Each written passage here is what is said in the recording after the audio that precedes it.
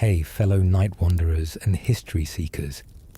Imagine the cold slap of an English spring morning in 1944, where the mud clings like forgotten promises, and the vast ocean you've only just met roars with secrets of the storm ahead. As you settle in for this quiet journey, perhaps dim the lights, pull up a blanket to ease the day's weight from your mind, we're slipping into the boots of a young American soldier, raw and untested, on the brink of D-Day's fury. You'll feel the scratch of wool uniforms against your skin, taste the metallic tang of rations that promise strength but deliver doubt, and march through the drizzle, dreaming of Paris while learning to assemble your M1 Garand in the dark. If these tales of resilience amid chaos help you unwind, consider liking and subscribing, and share below. What city are you drifting from, and what hour whispers to you now? Now, breathe deep. You're 19, from a sleepy Iowa town, and the war feels like an adventure, until it doesn't. The fog rolls in like a thief in the night, stealing the edges of the world, turning the barbed wire fences into spectral outlines that whisper of confinement. You huddle in the dim glow of a kerosene lamp, the air thick with the scent of damp canvas and unwashed wool, as if the camp itself is holding its breath. It's late May 1944, and the southern English countryside, once a postcard of rolling green, now feels like a cage forged from mud and secrecy. The lockdown came suddenly, sealing you off from letters home, from any whisper of the outside world, leaving only the relentless drip of rain on tent flaps to mark time. Yet, in this suspended haze, you sense the machinery of fate grinding forward, inexorable as the tides across the channel. Your platoon gathers in the mess tent, a ragged circle of faces etched with the same unspoken question. How much longer until the unknown devours us? Sergeant Miller sits at the head, his eyes shadowed pits that seem to absorb light rather than reflect it. A veteran whose stories of North Africa carry the weight of ghosts he won't name. He fiddles with a tin cup, the metal scraping against wood like a faint echo of artillery yet to come. Beside him, Kowalski slouches with forced nonchalance, his Chicago drawl cutting through the tension like a dull knife. "Hell, Sarge," he mutters, lighting a cigarette with trembling fingers. "If they fed us anything but this slop, we'd conquer Berlin by breakfast. K rations? More like K for kill me now." His grin twists into something wry, a mask born of desperation, as if mocking the absurdity might keep the fear at bay. And then there's Deacon Jones, the quiet farm boy from Georgia, his Bible open on his lap, fingers tracing verses like lifelines in a storm. He doesn't laugh at Kowalski's jabs. Instead, he offers a soft murmur of prayer, his voice a threadbare comfort in the growing dark.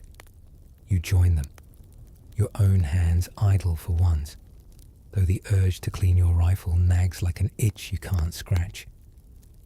The M1 Garand rests against your bunk back in the tent, its barrel cool and unforgiving, a constant companion since those early drills in the mud. You remember the first time you oiled it, the slick metal sending a shiver up your spine, as if it were whispering of the lives it might claim or spare. Now, in this limbo, you resist the ritual, letting the anticipation build, a subtle defiance against the inevitability pressing down. The others share smokes, the glow of embers flickering like distant flares over occupied France. Conversation drifts to half-remembered homes, Kowalski's bustling streets, Jones's sun-baked fields, Miller's terse silence hinting at losses too deep to voice. You chime in with tales of Iowa's endless corn rows, but the words taste hollow, a fragile bridge to a life that feels increasingly like a dream fading at dawn. As evening deepens, You slip away to scribble a letter under the lamp's feeble light, though you know it might never leave the camp. The paper crinkles beneath your pencil, each word a careful construction. Dear Mom, things are fine here. The food's not half bad, and the boys keep spirits high. But the lie sticks in your throat, a bitter aftertaste like the canned hash from supper. You want to write of the ache in your chest, the way the fog mirrors the uncertainty clouding your thoughts, or how the drills, endless marches through sludge, mock assaults on mock beaches, have hardened your body but left your soul adrift. Instead, you add a joke about the English weather, hoping it masks the tremor in your hand.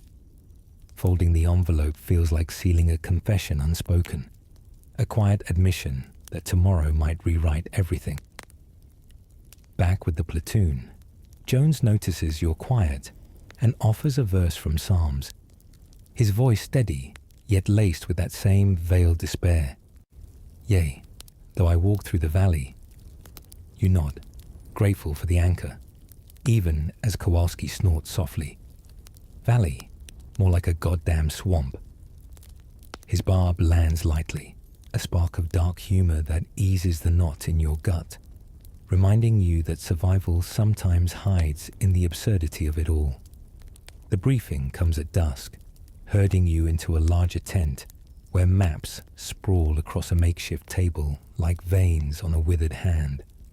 The officer, a stern captain with a moustache trimmed to regulation sharpness, points to a stretch of coastline labeled Omaha, an innocuous name for what you sense is a maw waiting to swallow lives whole. He speaks of fortifications, bunkers perched on cliffs like watchful predators, and the need for precision amid chaos. Eisenhower's order of the day circulates on crumpled paper. You are about to embark upon the Great Crusade, it proclaims, words heavy with destiny, stirring a flicker of resolve in your chest. Yet, as the captain details the German defenses, pillboxes bristling with machine guns, minefields sown like deadly seeds, you feel the weight settle deeper, a shadow lengthening over the room. Historians might later debate whether sharing such grim intelligence bolstered morale or merely amplified the dread of the unseen, passing decisions made in distant war rooms. But for you, staring at those scribbled lines on the map, strategy dissolves into raw immediacy.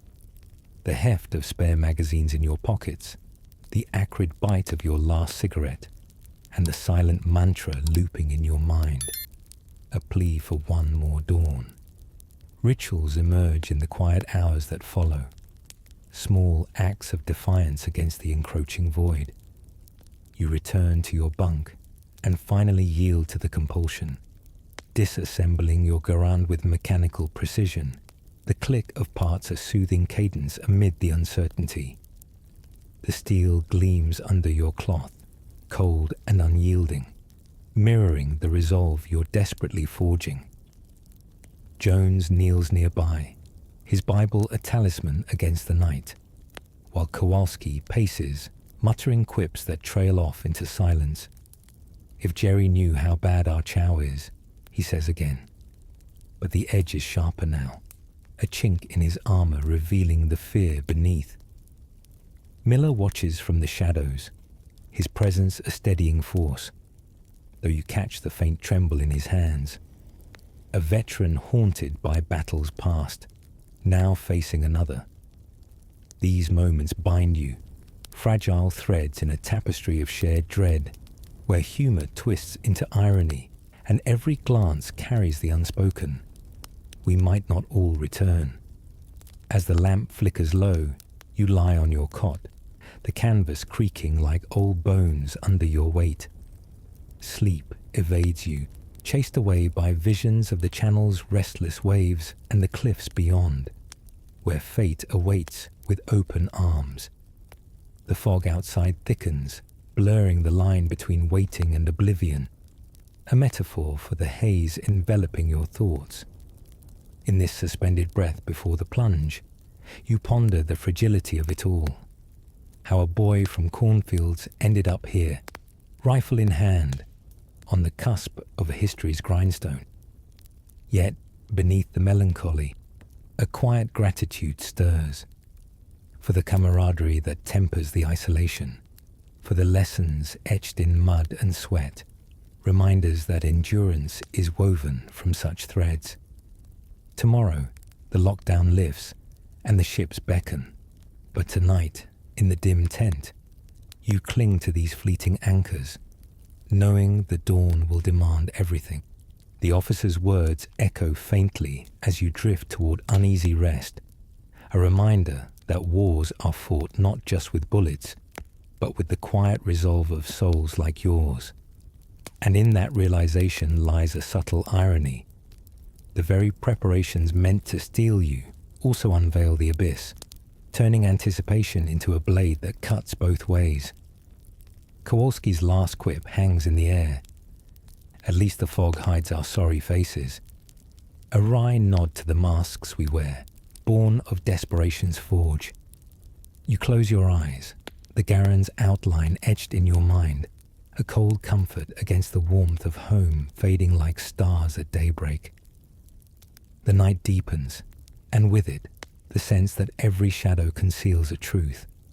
Survival is not guaranteed, but in this valley of uncertainty, your spirit flickers on, a testament to the unyielding human thread.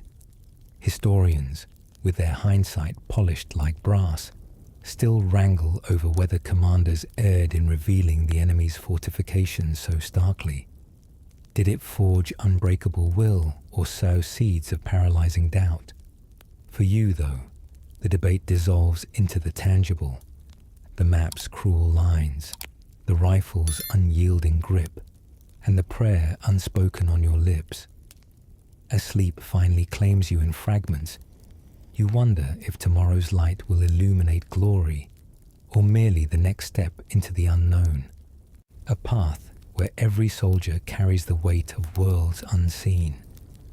The lockdown tightens like a noose drawn slowly, invisible threads pulling the camp inward until even the birds seem hesitant to cross the wire. It's early June now, the air heavy with unspoken decrees from high command, sealing off the world beyond as if to brew the storm in isolation. You pace the narrow path between tents, boots sucking at the earth softened by endless drizzle. Each step a muted echo of the confinement that has turned days into a blurred vigil. No more outgoing mail, no whispers from home slipping through. The officers enforce it with clipped efficiency, as though words on paper could unravel the grand design. Yet, in this smothered hush, you feel the pulse of something colossal stirring, a destiny scripted in codes and coordinates, far removed from the boy who once chased fireflies under Iowa stars. The contrast gnaws subtly. Back then, freedom was as vast as the prairies. Now, it's rationed like ammunition, a quiet testament to how war reshapes the soul's horizons. You retreat to a corner of the mess tent, the canvas walls sagging under accumulated rain, diffusing the weak light into a pallid glow that turns faces into masks of shadow and resolve. The pencil in your hand hovers over fresh paper, scavenged from a supply crate, its tip blunt from prior hesitations. This letter, the second in as many days, demands a different facade. Not the breezy optimism of before, but a veneer of stoic assurance that belies the churn within. "Dear Mom," you begin, the words forming like reluctant soldiers falling into line. The training's wrapping up, and we're all eager for what's next. Tell Sis to save me some of that apple pie. But the sentences falter, laced with an irony that twists in your gut. Eager, as if this weren't a march toward oblivion disguised as liberation. The pen scratches on, weaving tales of camaraderie and crisp English mornings, omitting the way the fog mirrors your doubts, or how the distant rumble of practice artillery sounds like fate clearing its throat. In this act of composition, there's a wry undercurrent, a desperate amusement at the absurdity. Here you are, crafting illusions for those safe across the ocean, while the real script unfolds in encrypted orders, reducing lives to pins on a map. Linking arms with this charade is the platoon, their presence a tether in the gathering dusk. Kowalski lounges nearby, his lanky frame sprawled across a bench, fingers drumming a restless tattoo on his knee. He launches into a yarn about his old neighborhood haunts, the corner diner where the coffee burned hot and the jukebox spun tales of lost love, but his voice carries a barbed edge, skewering the nostalgia with barbs, born of the void. Imagine, he drawls, eyes glinting with that shadowed mirth, me swapping bullets for burgers back there. Hell, the Krauts wouldn't stand a chance against Mars meatloaf. The laughter that follows is thin, a fragile veil over the chasm, yet it binds you, a subtle defiance against the silence imposed from above. Jones, ever the anchor, interjects with a nod toward his worn scripture, quoting lines about strength in weakness, his tone a gentle current undercutting the bravado. The Lord provides, he says softly, but you catch the flicker in his gaze, a desperate observation that even divine armor feels threadbare against the machinery arrayed across the water. Miller oversees it all with his customary reserve, leaning against a post, his pipe clenched between teeth that grind audibly in the quiet intervals. He doesn't join the reminiscences, but his silence speaks volumes. A chiem ngyem etched from campaigns that have already claimed pieces of him. When he finally speaks, it's to redirect the flow. Save the stories for after, focus on the gear. His words prompt a shift, hands moving to packs and pouches, inventorying grenades and bandages with mechanical precision. You follow suit, fingers tracing the contours of your field kit, the fabric rough under calluses formed from ropes and rifles. There's an undercurrent of satire in the ritual, as if tallying these meager tools mocks the grandeur of the crusade proclaimed in pamphlets. Bandages against barrages, a canteen against the thirst of fear. Yet, in this shared motion, resilience emerges, a quiet valor that outshines the polished narratives of recruitment posters, reminding you that survival often hinges on such mundane acts, far from the heroic flourishes history favors. As night deepens, the tent becomes a cocoon of flickering lantern light, casting elongated shadows that dance like specters on the walls. You seal your letter, pressing the flap with a thumbprint that feels like a seal on fate itself, knowing it might linger in some censor's drawer, unread until the dice have rolled. The act stirs a quiet reflection, how these missives, fragile as autumn leaves, carry the weight of unspoken farewells, bridging the gulf between the heart's warmth and this chilled exile. Kowalski notices, offering a cigarette with a lopsided grin. Write one for me, too. Tell my girl I'm bringing back French wine, not excuses. His quip lands with a mockery twist, highlighting the absurdity of promises made under lockdown's yoke, where even hope is rationed. Jones folds his Bible, his eyes meeting yours in a moment of unspoken kinship, a nod to the shared burden that words can't fully capture. Miller extinguishes his pipe, the embers dying like fading stars, signaling the end of respite. The move to the docks begins at false dawn, a procession shrouded in mist that swirls around your legs like reluctant spirits. Trucks rumble to life, their engines a low growl that vibrates through your bones, carrying you toward the water's edge where ships wait like behemoths in the gloom. You climb aboard one of the flatbeds, squeezed among crates and comrades, the jolt of motion a stark punctuation to the stasis of days past. The road winds through hedgerows that loom like ancient sentinels, their leaves whispering secrets of the land beyond. In this transit, thoughts turn inward, a chiêm on the fragility of plans, how commanders in oak-panelled rooms chart courses with ink, while you navigate with instinct honed in the muck. There's a subtle irony here, emerging from the quiet desperation. The great engines of war propel you forward, yet the true momentum lies in the resolve flickering within, a flame that modern comforts often eclipse, leaving today's souls to ponder if such fortitude still simmers beneath the surface. Arriving at the harbour, the salt tang assaults your senses, a sharp contrast to the earth's musty embrace. The ships bob gently, their hulls scarred from prior voyages, a testament to the cycles of advance and retreat that history records in blood and steel. You disembark, feet hitting the planks with a thud that resonates like a heartbeat amplified. The platoon files aboard a transport vessel, the deck slick underfoot, the air alive with the creak of ropes and the murmur of engines idling. Miller herds you below, into holds that smell of rust and anticipation, where hammocks sway like pendulums counting down. Kowalski mutters about the irony of trading one cage for another, his voice a thread of levity in the dim confines.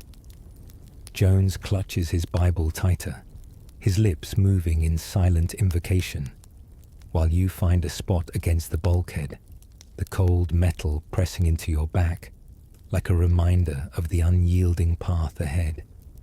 In this nautical limbo, as the ship slips its moorings and ventures into the channel's embrace, you reflect on the letters left behind, artifacts of a self on the cusp, poised between innocence and the forge. The waves lap rhythmically, a lullaby laced with foreboding, urging rest amid the swell. Yet sleep comes fitfully, haunted by visions of cliffs shrouded in dawn's veil, where destiny awaits with impartial hunger. The journey underscores a profound endurance, one that echoes through ages, the quiet fortitude of those who face the abyss with little more than grit and ghosts of home, a legacy that invites gratitude for the relative serenity of now, where battles are often waged in mines rather than fields soaked in sacrifice. Historians pore over the calculus of such isolations, debating if the veil of secrecy sharpened focus or frayed nerves beyond repair, weighing outcomes in ledgers of victory and loss.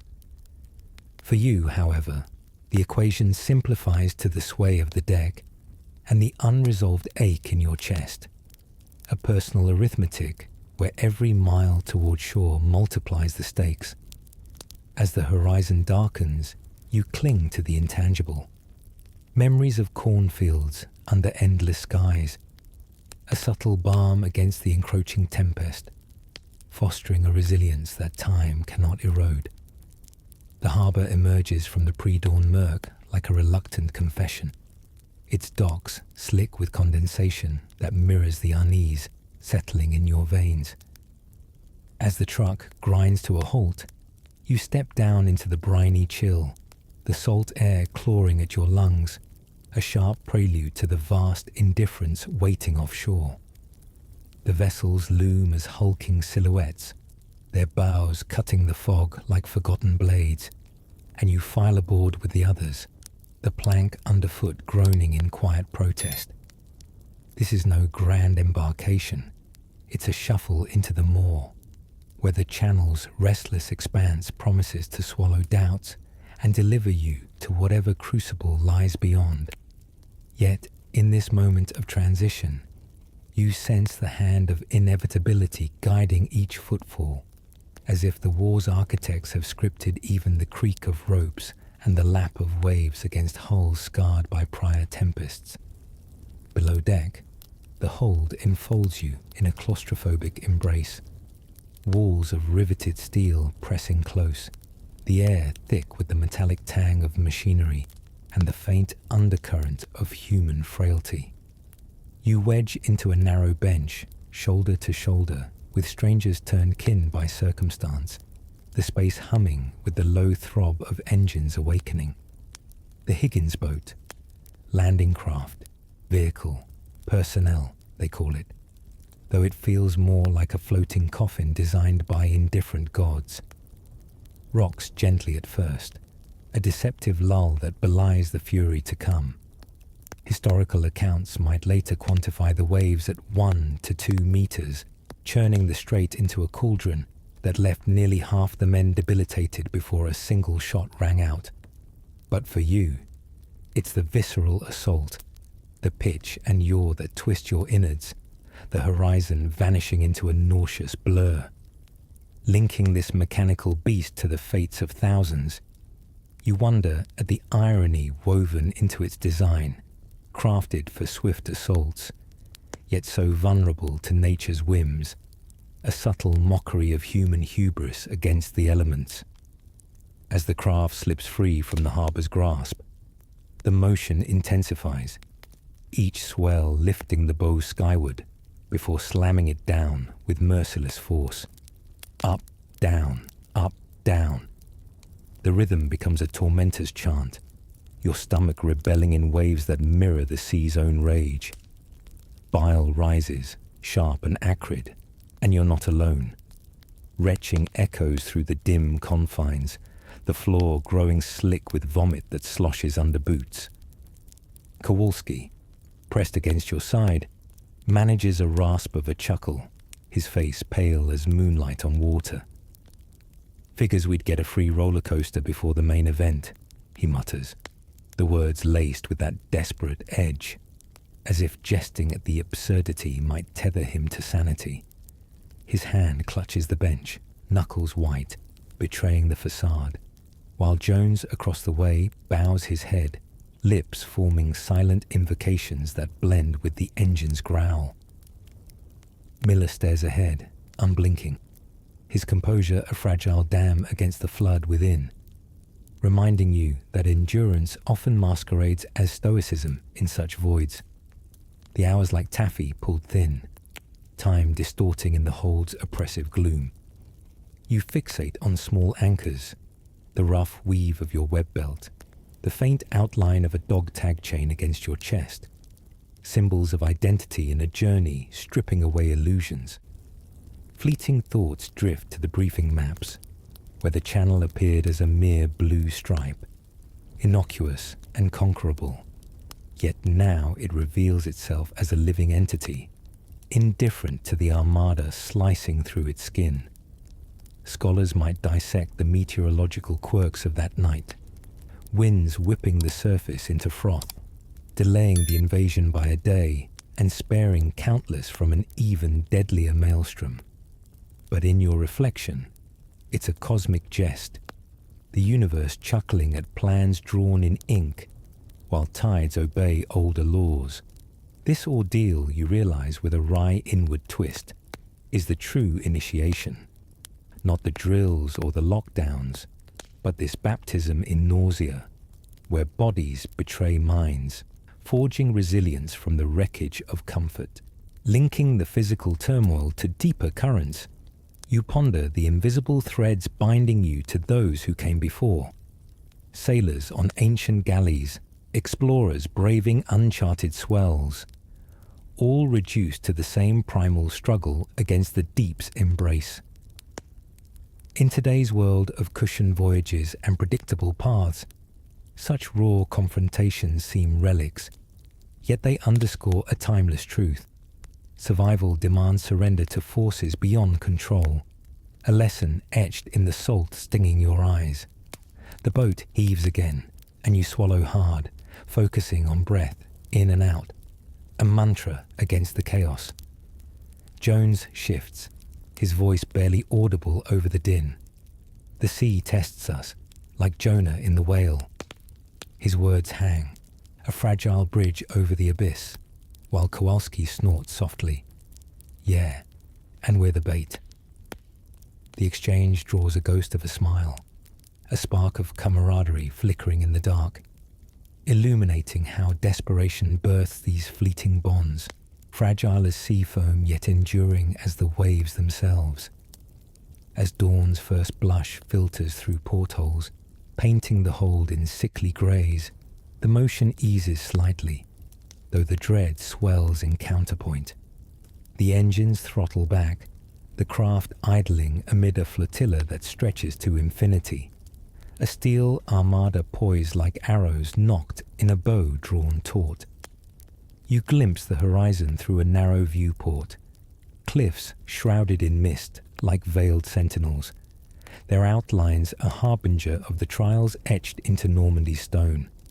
Historical ledgers would record this as the eve of Operation Overlord, the largest amphibious assault ever mounted, with over 5,000 vessels converging on 5 beaches. But for you, it's the culmination of personal reckonings. The boy from the heartland now adrift on alien waters, his fate intertwined with the swell. A subtle irony surfaces in your thoughts. All the training, the parades of precision, reduced to this queasy limbo, where victory's first foe is the stomach's revolt. Miller rises then, his frame steady despite the roll, distributing anti-seasick pills with a nod that conveys more than words. Hold fast. You swallow yours dry, the bitterness lingering like a premonition, while the platoon falls into a hushed vigil. Whispers circulate, rumors of paratroopers already airborne, of naval barrages soon to shatter the silence, but they fade against the internal tide. Jones offers a passage from his book, words of tempest-tossed faith that resonate oddly in the mechanical belly, evoking ancient mariners who navigated by stars now obscured. Kowalski counters with a tale of Lake Michigan storms, his voice cracking just enough to reveal the veneer's thinness, a desperate weave of normalcy against the unraveling thread. In this suspended realm, as the craft circles in formation, you confront the solitude within the crowd, the way fear isolates even amid pressed bodies. The sea's vastness mocks human scale, a mirror to the war's enormity, where individual stories dissolve into a collective surge. Yet herein lies a profound valor, the quiet persistence that propelled forebears through tempests, a legacy of grit that modern conveniences often obscure, inviting a silent appreciation for the fortitude demanded then, and the relative calm we navigate now.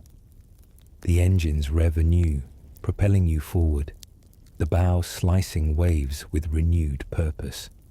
Dawn breaks fully, casting long shadows across the deck, and you steel yourself. The hold confines a crucible forging what remains. The crossing drags on, each crest and trough etching deeper into your resolve, a rhythmic trial that strips away pretenses. You close your eyes against the sway, visions of home flickering like distant lighthouses, Sis's laughter, Mum's kitchen warmth, fragile beacons in the gathering storm. Kowalski's quips taper off, replaced by a contemplative quiet, his earlier bravado yielding to the sea's unyielding sermon. Jones's prayers blend with a hum, a harmonious defiance, while Miller's gaze remains fixed on the hatch, as if willing the dawn to hasten. In these depths, a wry acknowledgement surfaces. The Grand Crusade begins not with glory, but with this inglorious churn, a satirical overture to the symphony of sacrifice ahead. Historians sift through the meteorological logs, arguing whether the delayed launch spared lives or merely prolonged the agony, passing winds and tides in the clear lens. But for you, adrift in the hold's dim cradle, the debate evaporates into the spray. The channel is no mere barrier, but a threshold where destinies converge, demanding a surrender that tempers the spirit for the shores beyond. As the coast draws nearer, invisible yet palpable, you exhale into the rhythm, the sea's eternal cadence a reminder that endurance flows from yielding to the inexorable, a wisdom as old as the waves themselves. The hatch grinds open with a metallic screech that slices through the haze of exhaustion, unleashing a torrent of grey light and salt spray fury, as if the world itself has been unlatched from some cosmic restraint. Dawn claws at the horizon like a wounded animal, bleeding faint pinks into the steel blue expanse, but there's no poetry in it.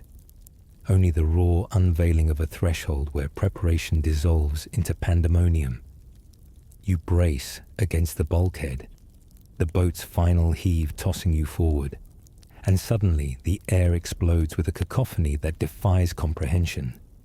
The relentless chatter of distant guns mingling with the roar of waves crashing like indifferent executioners.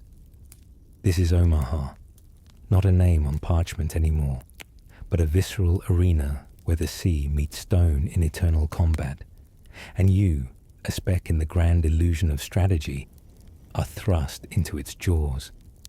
Linking the mechanical descent to your pounding heart, you feel the irony twist like a knife.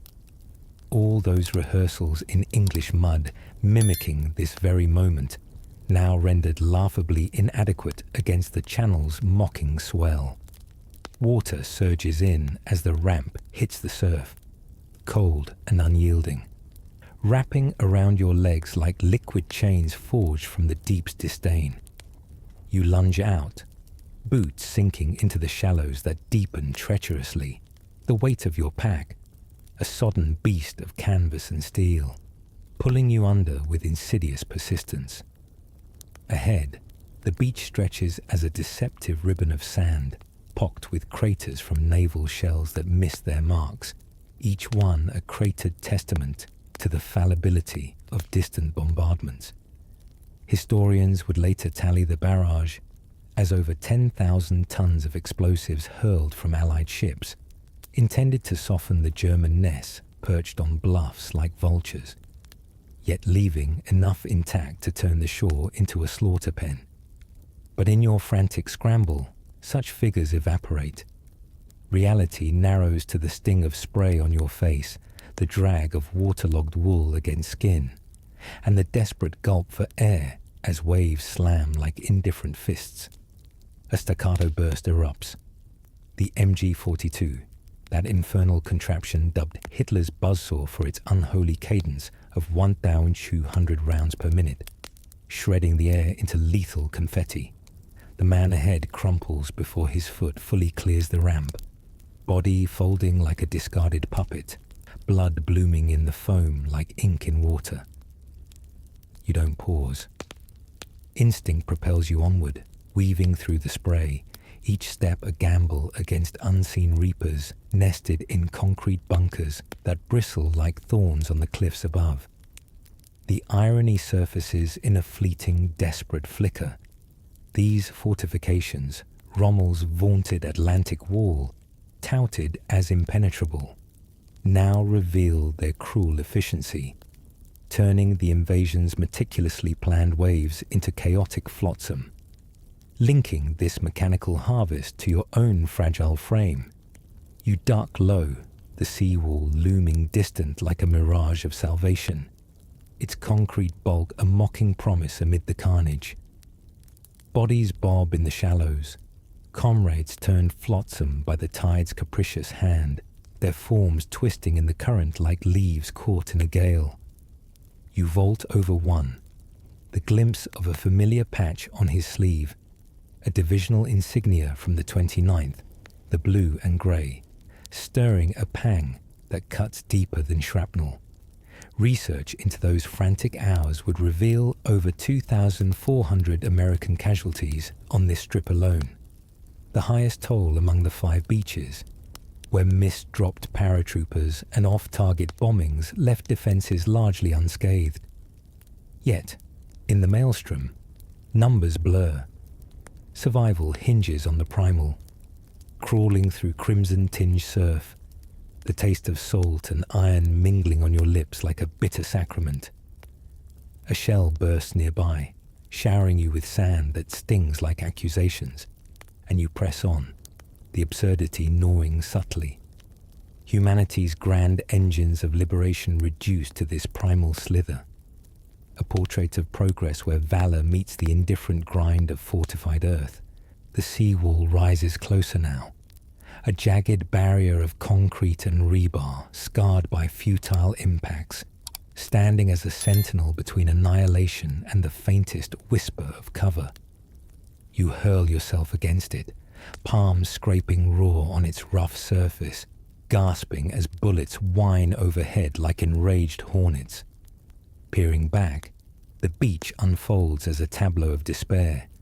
Landing craft disgorging more men into the grinder, some faltering mid-stride, others vanishing beneath waves that lap hungrily at the fallen. In this pause, a wry observation bubbles up from the depths of exhaustion. How the planners, with their charts and timelines, overlook the sea's complicity, turning what should have been a triumphant surge into a lottery of lead and luck. Linking the wall's unyielding chill to your heaving chest, you spot Jones scrambling up, his Bible tucked inside his vest like a talisman against the profane, his face a mask of grim determination etched by salt and fear. Miller materializes beside you, barking orders that cut through the din like a lifeline thrown in fog. Stay low. Wait for the engineers. His voice carries the gravel of experience, an anchor in the swirling void. Yet even he flinches as a mortar round detonates nearby, showering debris like confetti from a macabre celebration. The 1st Division's veterans mingle with green troops like you, their eyes holding stories of Anzio and Sicily, silent testaments to the endurance that separates the scarred from the shattered. You fumble for your entrenching tool, digging a shallow foxhole in the sand, each scoop a defiant scrape against oblivion, the grains slipping through fingers numb from cold and adrenaline. The humor in desperation emerges unbidden, a fleeting thought that this beach, romanticized in postcards, now hosts a ballet of death where every dancer risks the final bow. Waves continue their assault, indifferent to the human drama, washing over the fallen in rhythmic erasure, as if the sea itself conspires to cleanse the slate. You glance left, where a medic drags a wounded man, his cries lost in the symphony of gunfire, a poignant reminder of the fragility threaded through every advance. Historical scrutiny would highlight the miscalculations, the tides higher than predicted, pushing craft into killing zones. But in your huddled refuge, it's the immediate that reigns. The acrid smoke coiling like serpents, the metallic ping of ricochets off the wall, and the distant thunder of naval guns replying in futile rage. Linking this barrage to the broader canvas, you sense the war's vast machinery grinding on, where individual threads weave into a tapestry of sacrifice, evoking a quiet reverence for those who brave such tempests, their legacy a beacon against today's subtler storms. As minutes bleed into eternity, the push resumes, engineers blasting paths through wire with Bangalore torpedoes that erupt like bottled lightning. You surge forward in their wake, heart thundering like the engines that bore you here. The cliff path a serpentine ascent fraught with peril. A sniper's round whizzes past, embedding in the earth with a thud that mocks your haste, and you dive for cover behind a shattered tank, its turret twisted like a scorned idol. The irony lingers in the wreckage. These mechanical behemoths, Shermans meant to lead the charge, now serve as shields for the flesh they were built to protect. A wry inversion of design. Jones joins you, panting, his faith unshaken yet tempered by the profane vista below, where the beach resembles a charnel house sculpted by tide and fire. The climb steepens, each handhold a gamble on crumbling soil, the bluffs rising like judgmental titans overlooking the fray.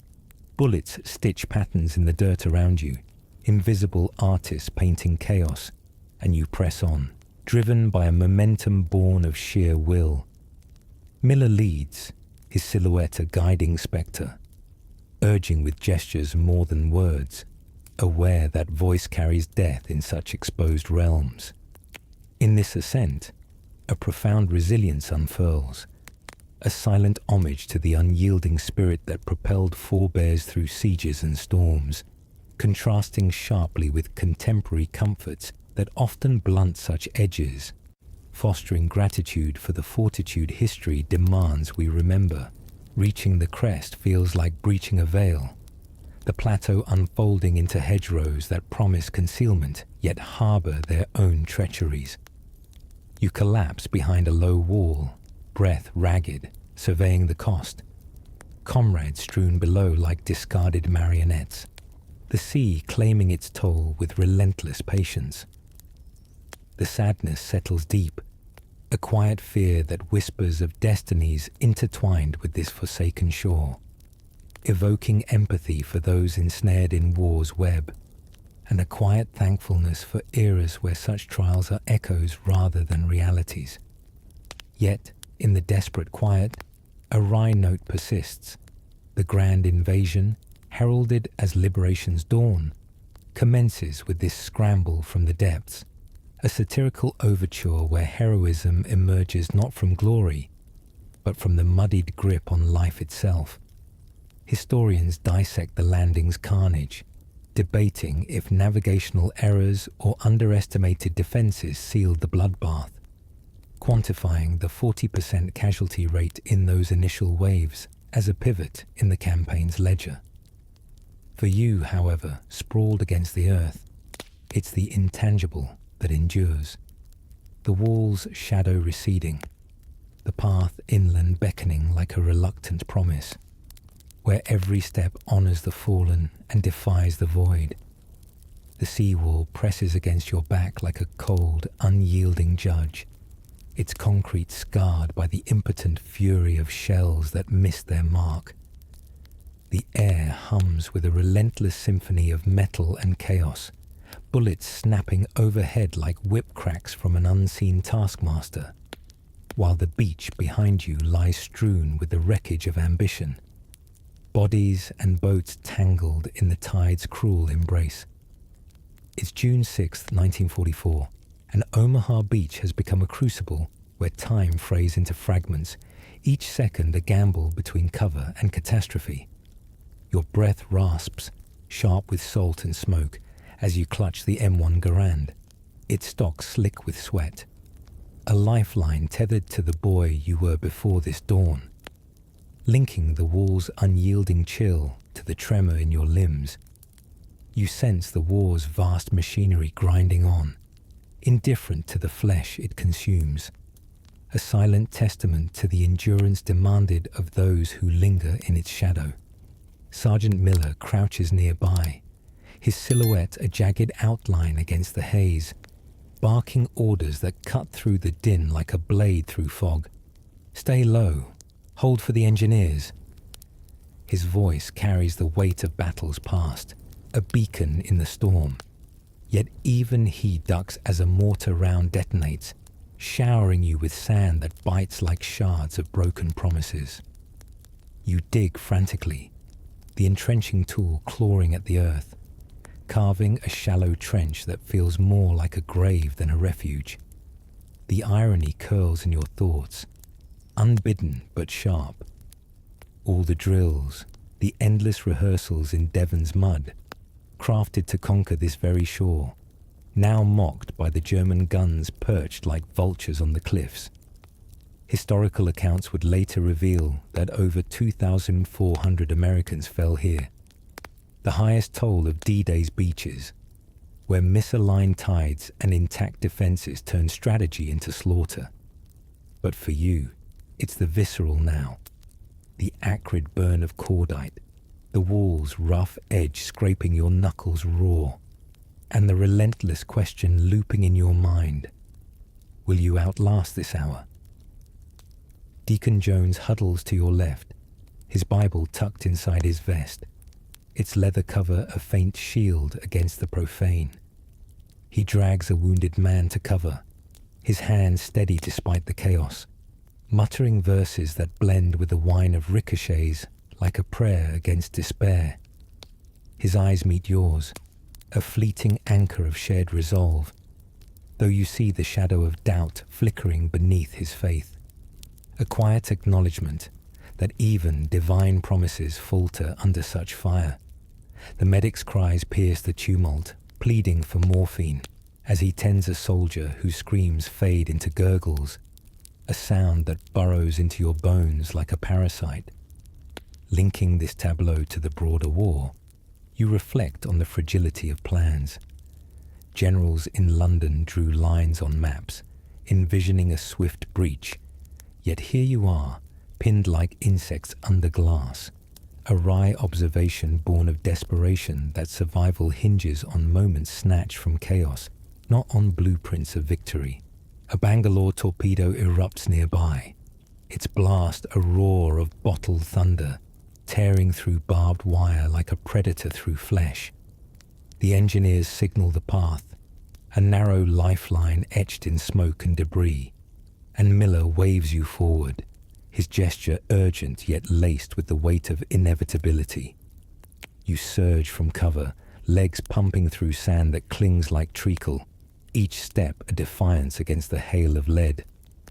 Bullets stitch the ground, raising geysers of earth, and you dive behind a shattered landing craft, its hull twisted like a scorned idol left to rust.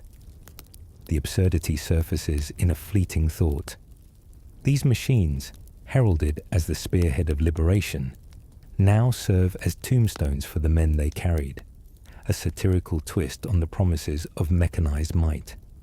Your rifle barks, rounds fired blindly toward the cliffs, more prayer than precision, as if the act itself could ward off the reapers nested above.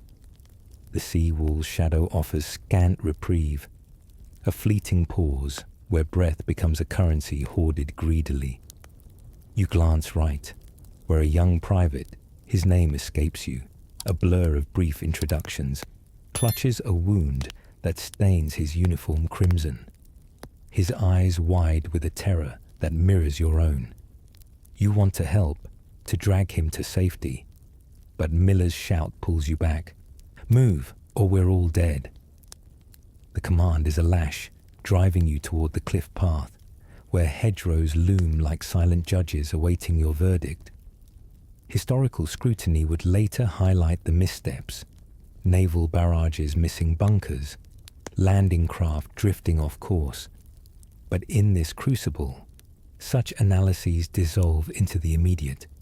The thud of your heart, the rifle's weight a constant reminder of purpose, and the faint hope that the next step won't be your last. Jones follows, his breath ragged, his faith a quiet defiance against the chaos. He pauses to aid another, his hands trembling as he binds a wound, the act a small rebellion against the tide claiming so many. You marvel silently at his resolve, a contrast to the modern ease of distance, where battles are waged in screens and words, not blood-soaked sand. This fleeting gratitude, born of witnessing such grit, underscores the endurance of those who faced war's raw face, a legacy that hums beneath the surface of today's relative calm. Yet, the moment fractures as a sniper's round cracks nearby, embedding in the seawall with a sound like a hammer on stone, and you flinch, the world narrowing to the path ahead, where wire and earth promise a gauntlet more perilous than the shore. The climb begins, a scrabble up rocky slopes where every foothold feels like a betrayal waiting to slip. You crawl, belly pressed to the ground, the scent of churned soil mingling with the metallic tang of fear. Miller leads, his movements deliberate, a veteran's instinct guiding where maps fail. The cliffs rise like titans, their faces pocked with gun emplacements that spit fire, each burst a reminder of the Atlantic Wall's unyielding design. You fire again, the Garand's recoil jarring your shoulder, a futile gesture against unseen foes, yet it anchors you, a ritual of defiance in a world unraveling. As you near the crest, The din softens momentarily, a deceptive lull that amplifies the thud of your pulse. The beach below unfolds as a grim canvas, littered with the detritus of ambition, capsized craft, scattered gear, and men who'll never rise. The fear that binds you to this moment, evoking empathy for those caught in history's churn, and a quiet thankfulness for eras where such trials are echoes rather than realities. Yet, in this pause, a wry note emerges. The grand assault, trumpeted as freedom's dawn, is a crawl through blood and grit, where heroism is not a banner, but a stubborn refusal to yield. You clutch your rifle tighter, the steel a cold comfort, its outline etched in your mind like a prayer unspoken. The push resumes, a desperate scramble toward the plateau where hedgerows promise concealment but harbour their own treacheries. Miller signals a halt, his eyes scanning the ridge, aware that each step invites new perils. Jones whispers a verse, his voice a threadbare shield. While you steel yourself, the rifles wait a reminder of the boy who once dreamed of adventure, now forged in fire. The irony lingers, subtle and unvoiced. The Crusade's opening act is not triumph but survival, a satirical overture where valor emerges from the muddied grip on life. Linking this moment to the broader tapestry, you sense the war's relentless pulse, a rhythm that demands resilience beyond the reach of modern comforts, fostering a silent reverence for those who endured. The cliffs of Omaha fade into memory, replaced by the suffocating embrace of Normandy's bocage, where ancient hedgerows rise like green fortresses, their roots tangled in secrets older than the war itself.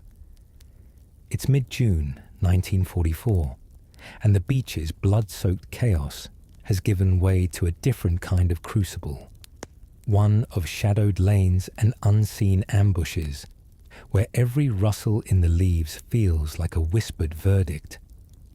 You crouch low, the earth beneath you damp with morning dew, the air heavy with the scent of crushed grass and cordite lingering from battles barely past. Your M1 Garand rests heavy in your hands, its barrel cool against your palm, a silent partner in this labyrinth where paths twist like the thoughts that haunt your sleepless nights. Linking the dense foliage to the weight in your chest, you sense the war's relentless churn, a machine that grinds dreams into dust, yet demands a resilience that echoes through the ages. A quiet nod to the fortitude of those who navigated such mazes long before your time. The bocage is no mere countryside. It's a trap woven by centuries, hedgerows thick as castle walls, some towering 15 feet, their branches knotted into barriers that mock the tanks idling uselessly behind. Historical records would later note how these earthen ramparts, born of medieval farming, thwarted Allied armor, turning Shermans into lumbering targets for German anti-tank guns hidden in the verdure. But for you, it's the immediate that consumes. The way the leaves swallow sound, the narrow lanes that choke your advance, and the constant dread of a sniper's bullet slicing through the green veil. You move in a single file, the platoon a fragile thread weaving through this verdant maze, each step a gamble against unseen foes.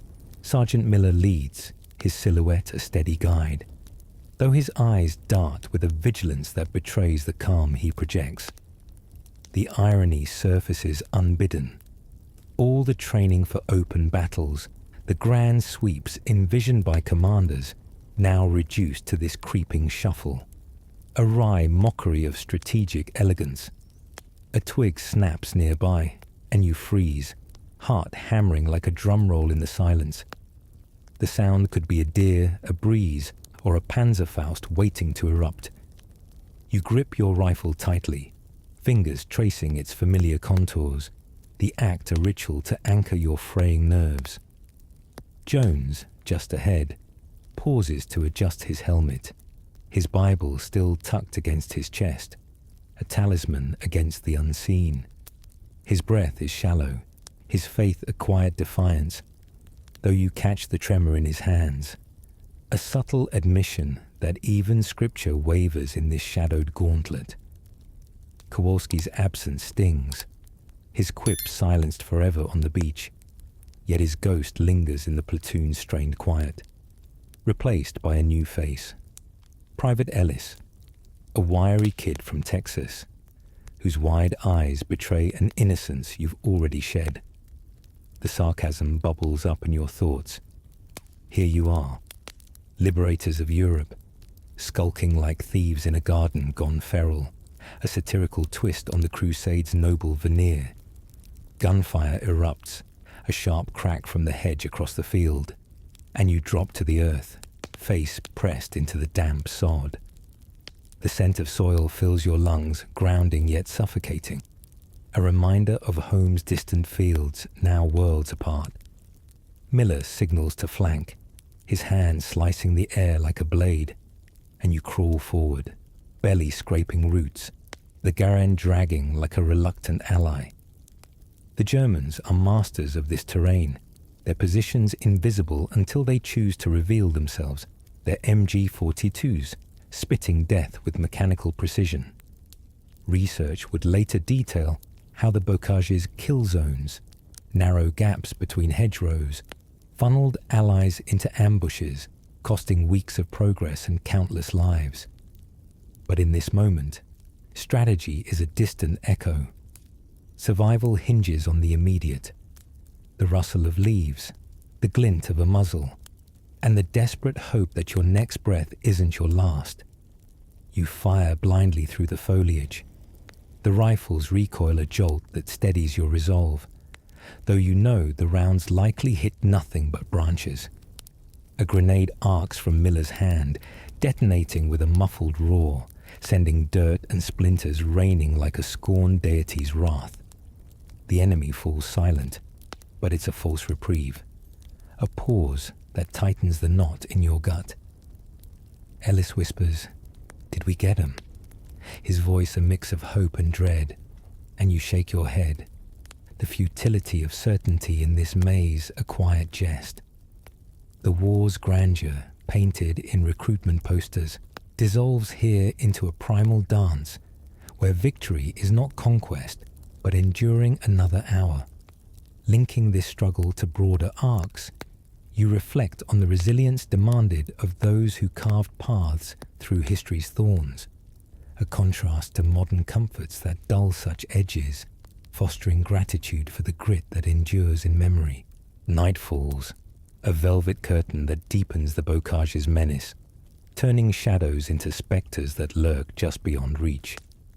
You hunker in a shallow ditch, the platoon's remnants gathered like survivors of a shipwreck, sharing K-rations that taste of cardboard and despair. The cold seeps through your uniform, a relentless intruder, and you chew mechanically, the act a defiance against the hunger gnawing deeper than your stomach.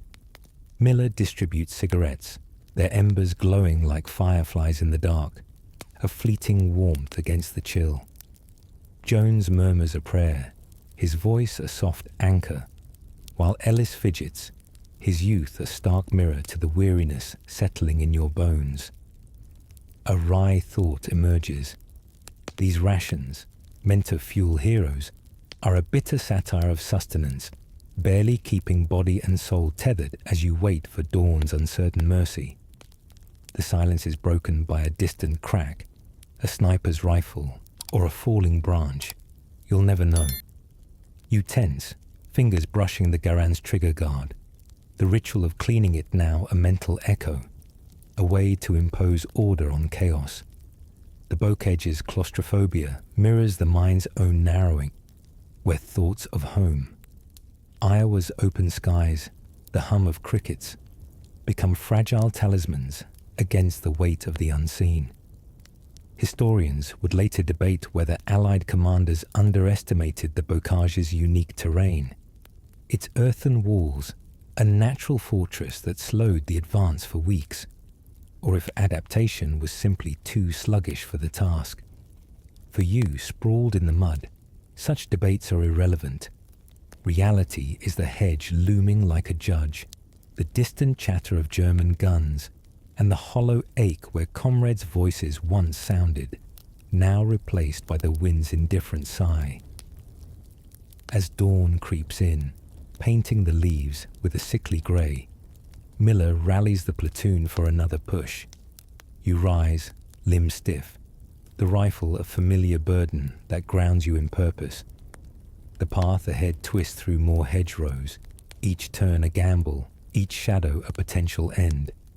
Yet, in this relentless grind, a profound endurance unfurls, a silent homage to those who face such trials, soldiers, pioneers, souls who carve survival from unforgiving earth.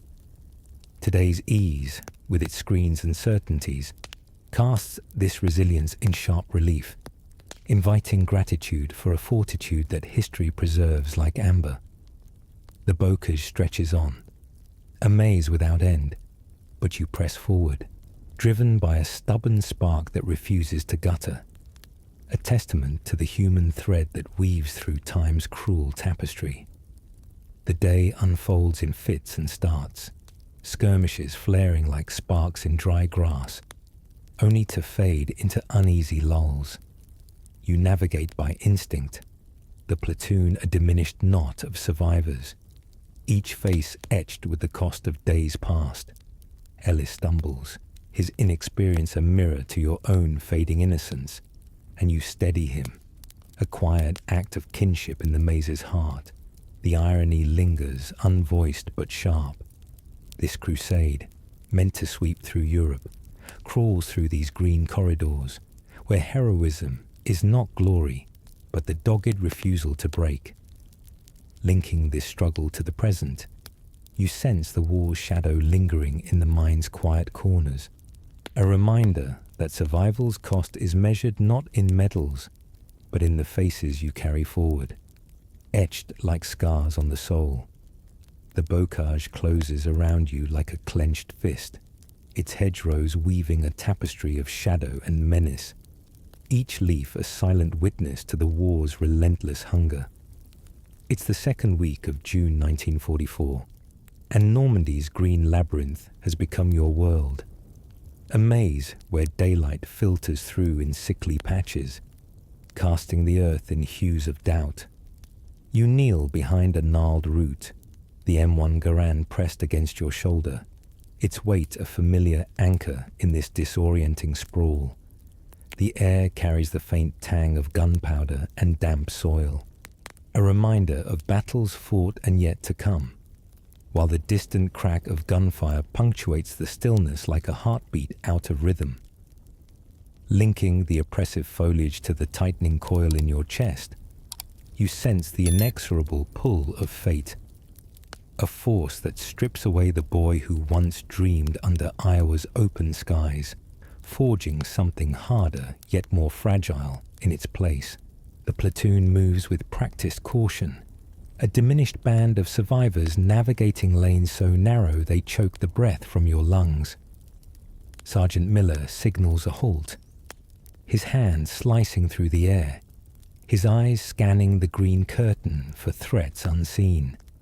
Private Ellis, the Texan recruit with a nervous tic, grips his rifle too tightly, his knuckles pale as moonlight. Deacon Jones, ever the quiet pillar, adjusts his helmet, the faint outline of his Bible a constant beneath his gear, though his prayers now carry a weariness that mirrors the earth's own exhaustion. The absence of Kowalski's brash humor hangs heavy, a void filled only by the rustle of leaves and the occasional snap of a twig that sets your nerves alight. Historical accounts would later underscore how the bocage's terrain, centuries-old hedgerows, dense as fortress walls, turned every advance into a gauntlet, where German snipers and anti-tank crews thrived in ambush. But for you, it's the immediate that reigns, the itch of sweat under your collar, the rifle's cool steel against your palm, and the unspoken question, when will the next shadow strike? A flicker of movement catches your eye, a subtle shift through a gap in the hedge where sunlight betrays the glint of a helmet.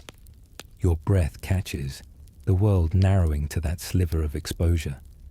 Miller hisses, hold steady. But instinct overrides, your finger curling around the trigger as you align the Garand's sights. The figure moves, a German soldier, his field grey uniform stark against the green, unaware of the eyes pinning him like a moth to a board. You fire. The rifle bucks, a sharp jolt that reverberates through your bones, and the man crumples, a marionette with severed strings, disappearing into the undergrowth. Silence follows, heavy and accusatory, broken only by the faint rustle of leaves settling in his wake. The act is final, irrevocable, and yet it yields no triumph, only a hollow churn in your gut, a nausea that rises like bile, sour and unyielding. The irony surfaces, unbidden but sharp. This, your first confirmed kill, the moment you were trained for, feels less like victory and more like a theft from your own soul. Jones shifts beside you, his gaze soft but searching, as if he senses the fracture within. You did what you had to, he murmurs, his voice a gentle tether, though the words carry the weight of a truth you're not ready to embrace. Miller nods, a curt acknowledgement, his eyes already scanning for the next threat. His silence a reminder that survival demands forward motion, not reflection. Ellis stares, wide-eyed, his own rifle still unfired, a mirror to the innocence you've just shed.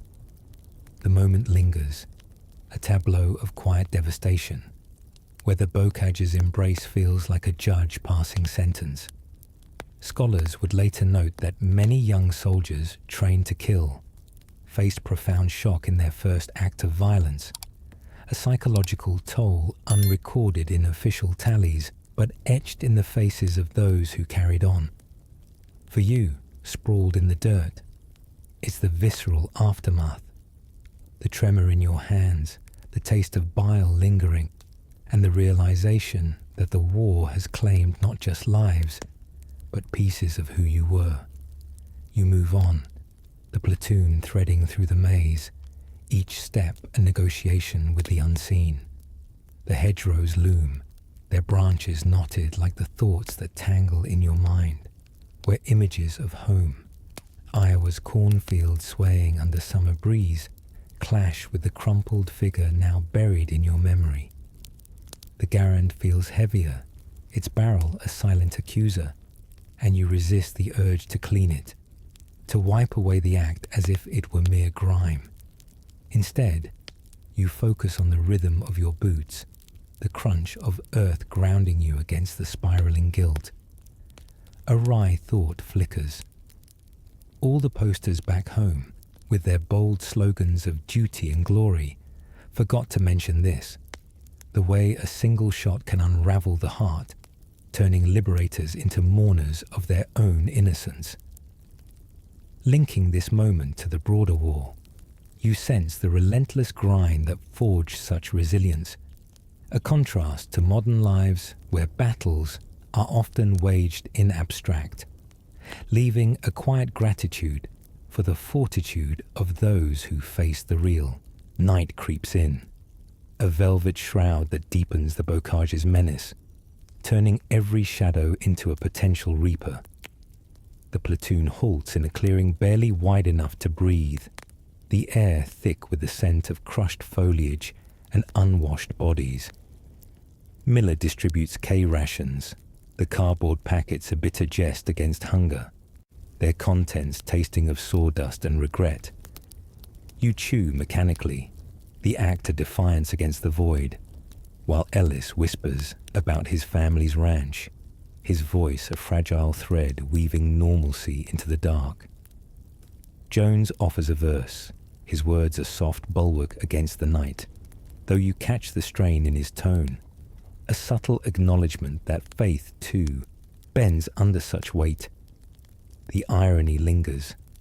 These rations, meant to fuel heroes, are a satirical mockery of sustenance, barely holding body and soul together as you brace for the next dawn's gauntlet.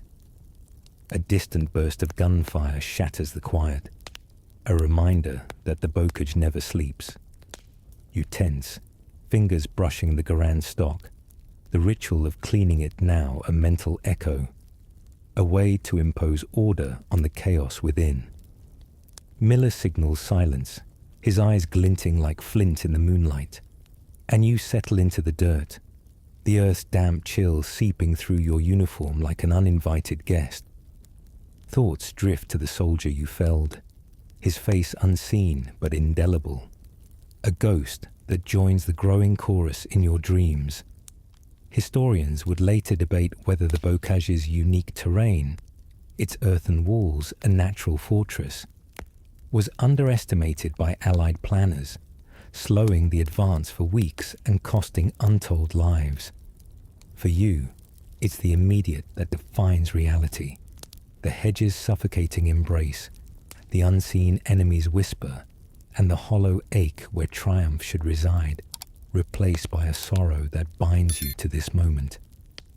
The platoon resumes at first light, the bocage's green walls parting reluctantly to reveal more paths, more perils. You march on, the Garand a constant companion, its weight a reminder of the act that redefined you. Ellis stumbles, his youth a stark contrast to the weariness etching your features, and you steady him, a quiet act of kinship in the maze's heart. The war's vast machinery grinds on, a rhythm that demands endurance beyond the reach of modern comforts, fostering a silent reverence for those who carried such burdens. The shot you fired echoes still, a wound that festers in the quiet, yet it propels you forward, a testament to the resilience woven through history's trials, a legacy that invites gratitude for the relative calm of now. As the day unfolds, skirmishes flare and fade, each encounter a brush with oblivion. You fire again, less hesitation now, though the nausea lingers, a shadow that trails your steps. Jones offers a nod, his faith a quiet anchor, while Miller's silence speaks of battles yet to come. The bocage stretches on, a verdant judge, but you press forward, driven by a spark that refuses to gutter, a defiance born not of glory, but of the stubborn will to endure. The bocage's oppressive green relents at last, parting like a curtain to reveal a village, its stone cottages huddled like survivors of a forgotten tale. It's late June, 1944, and Vierville, a speck on Normandy's war-torn map, emerges from the haze of battle, its cobblestones scarred but standing, a fragile testament to endurance amid ruin. You trudge forward, boots heavy with mud, the M1 Garand slung across your shoulder, its weight a constant reminder of the deeds it has wrought. The air carries a new scent, charred wood and fresh baked bread, a jarring blend that stirs your hunger and your ghosts. The war's relentless pulse slows here, offering a fleeting reprieve, yet the quiet feels like a held breath, as if the village itself waits for the next blow. Linking the soft glow of lamplight from shattered windows to the ache in your bones, you sense a flicker of something human, a spark of resilience that mirrors the fortitude of those who cling to life amid chaos, a quiet nod to the strength that history honors in silence. The platoon enters Vierville at dusk, shadows stretching long across the square, where a fountain, cracked but still trickling, murmurs like a lullaby from a world before the shells. Sergeant Miller halts the line, his eyes scanning rooftops for snipers, though the silence suggests the Germans have fled, or lurk unseen. Private Ellis shuffles beside you, his Texan drawl muted, his helmet tilted like a child's ill-fitting cap, a stark contrast to the weariness etching your face. Deacon Jones adjusts his pack, his Bible a steady presence, though his fingers linger on its cover, as if seeking reassurance in his worn leather. The villagers emerge cautiously, their faces gaunt, eyes hollowed by the war's toll. Homes reduced to rubble, families fractured by bombs that fell like indiscriminate judgments. Historical accounts would later detail how Normandy's civilians endured relentless Allied bombardments, with towns like Virville caught in the crossfire. Yet for you, it's the immediate that speaks. The scent of ash, the creak of a shutter swinging loose, and the unspoken question, how does life persist in such wreckage? An old woman approaches, her shawl frayed, her steps deliberate, carrying a basket draped in cloth. She offers a loaf of bread, its crust warm and golden, a miracle conjured from flour hoarded through lean days. You hesitate, hands trembling from fatigue or reverence, then accept, the warmth seeping into your palms like a promise half forgotten. Breaking it apart, you take a bite, the taste rich and earthy, a stark contrast to the K-ration's cardboard despair. It's the first thing in weeks that doesn't taste of metal or regret, and for a moment, the war recedes, leaving only this simple act of kindness. The irony surfaces, unbidden but sharp. This bread, born of scarcity, outshines the feasts of your Iowa childhood, a wry commentary on how desperation distills gratitude into its purest form. Linking this gesture to the broader tapestry, you reflect on the resilience of those who share what little remains, a contrast to modern abundance, where such acts are rare, fostering a quiet appreciation for the strength woven through history's trials. A girl, no older than 10, darts from a doorway, her dress patched but clean, clutching a single wildflower, purple, fragile, plucked from some hidden patch unscarred by shells. She presses it into your hand, her eyes wide with a mix of fear and hope, then scurries back to the shadows. You tuck the flower into the netting of your helmet, its petals a delicate defiance against the steel, a new ritual to replace the compulsive cleaning of your rifle. The act stirs a pang, a memory of your sister braiding daisies into her hair, a world now distant as the stars above Virville's broken spires. The villagers' generosity, offered despite their own loss, carries a weight that no briefing could convey, a reminder of why you're here, not for glory, but for these fleeting moments of humanity reclaimed. The sarcasm bubbles up in your thoughts. All the war's grand machinery, its tanks and treaties, humbled by a child's gift, a satirical twist on the Crusade's lofty promises. Miller gathers the platoon near the fountain, his voice low, urging rest while it lasts. You sit on a stone bench, the bread's warmth lingering in your hands, the flowers scent a faint whisper against the ash. Jones joins you, his Bible open but unread, his gaze fixed on the horizon, where smoke still curls like a spectre unwilling to depart. "They're why we keep going," he says softly, nodding toward the villagers, his words a quiet anchor in the dusk. Ellis, still adjusting to the war's rhythm, chews his share of bread, his eyes darting to the flower in your helmet, a silent question about hope's place in this ruin.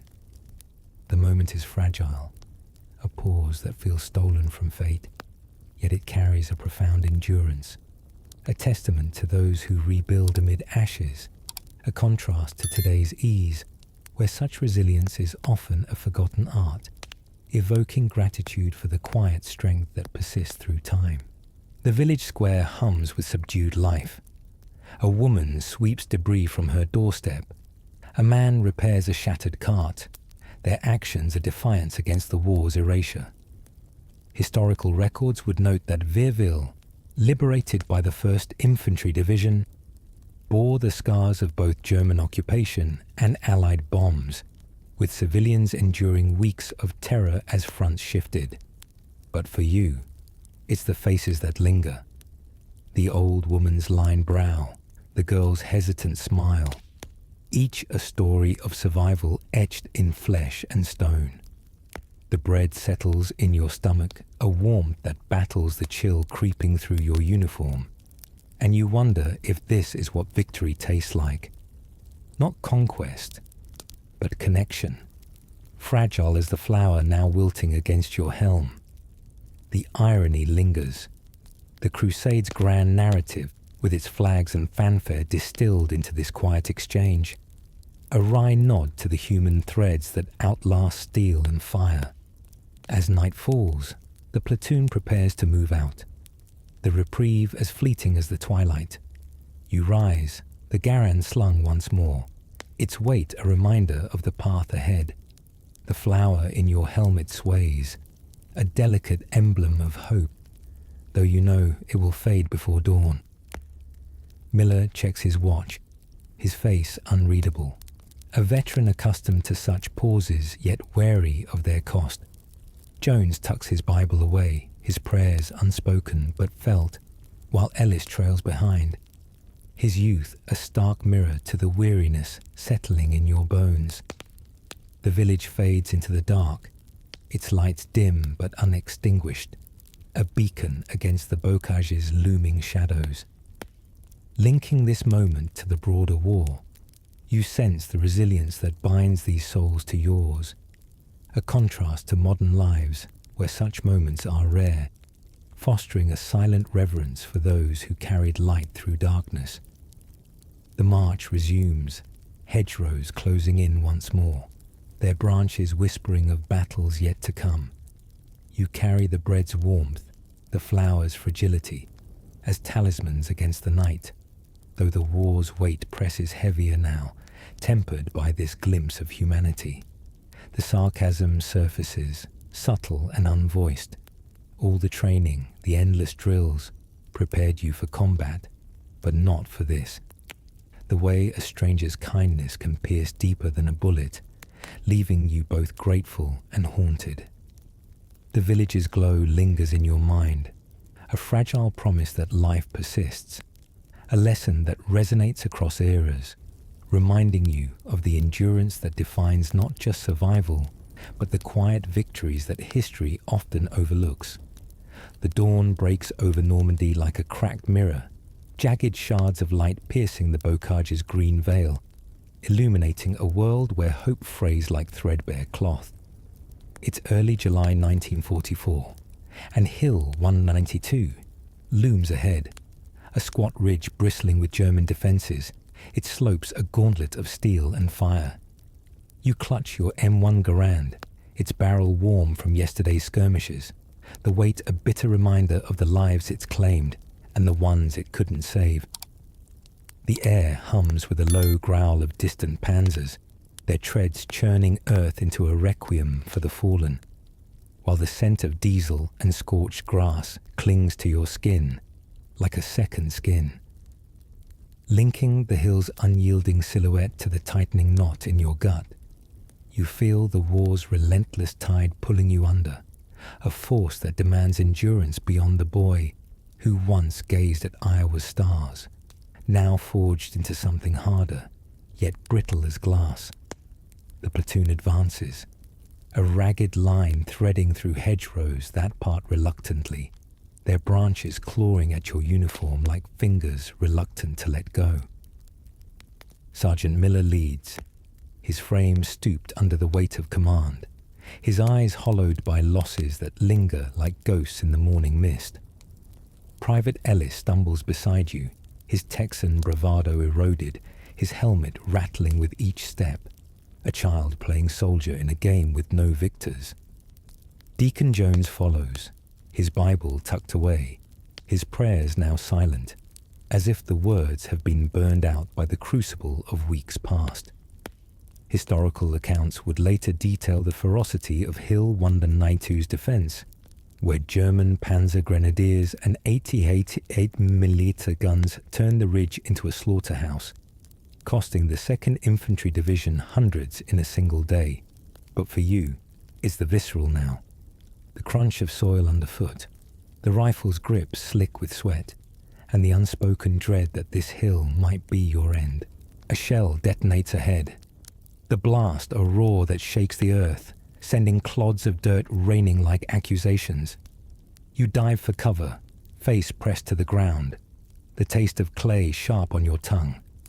The Germans counterattack, their Panzer IVs emerging from the haze like iron beasts, their cannons spitting fire that carves the air.